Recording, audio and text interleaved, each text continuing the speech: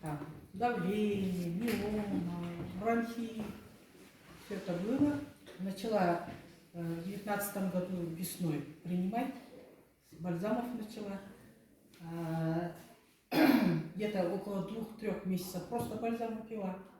Потом подключила комплексно, то есть Павлов Спринг и все остальное. Постепенно. На сегодняшний день хронический бронхит ушел, миома ушла, давление 120/80, сахар 5,2.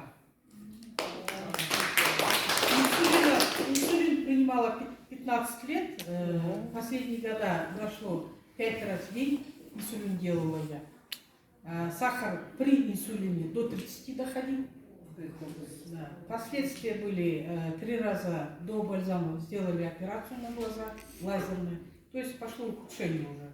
Пальцы ног почернели, готовили к ампутации, обувь носила уже, вообще я ношу 39, я носила уже 42, потому что ходить было сложно. Вот. На сегодняшний день пальцы посветлели, только большие пальцы у меня серого цвета до сих пор.